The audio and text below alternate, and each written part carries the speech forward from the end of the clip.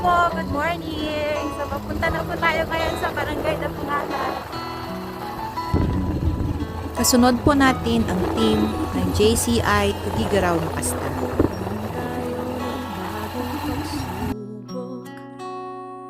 Sasamahan po natin ang JCI para sa kanilang Merriero Project.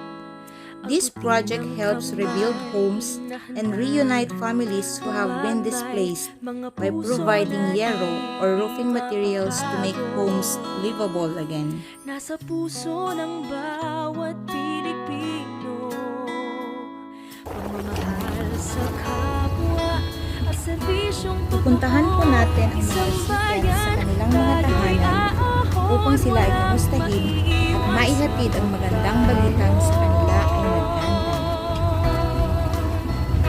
Isang lakas, isang pag-asa patungo sa bagong umaga. Yan ang ating puso.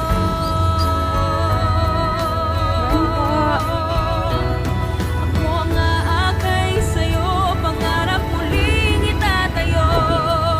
Walang kasing tibay ang puso ng Pilipino. Isang bayan, tayo'y aahon, walang maiiwan sa pagbangon. Isang lakas, isang pag-asa patungo sa bagong umaga. Yan ang ating puso. Ganyan ang kapuso.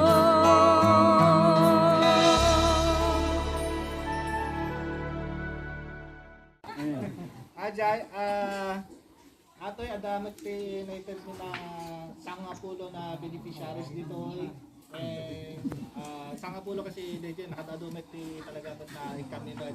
So adamat lang DJ selected na ikan and kahit nilang na kablawa mati thank you project ato iti JCI Tugigaraw Inc., JCI Tugigaraw Macasta, JCI Kapatiran, Rojas Kapatiran, JCI Tuaw at saka JCI Marilao Marilag, Bulacan. So, at iti lima na chapter na bumuo tapno maikasaparan dito. Iti nang third dito is the Kalayaan Cultural Community Center. At iti sponsor na nangited through JCI and ti province ti Cagayan, ti Capitol. And special thanks met ti kada Jesse Ledger and Arales Pharmaceuticals of Canada. Special mention met kada Mrs. Evelyn Daraya and Mrs. Judy Montenegro to help facilitate itong project ni JCI dito Abulo. Adi lang met, thank you. Muli, maraming salamat po sa aming donor, ang Kalayaan Cultural Community Center, through JCI Tugigaraw Macasta, JCI Tugigaraw Incorporated, JCI Tuaw, JCI Marilao Marilag, at JCI Rojas Kapatiran. God bless you all po.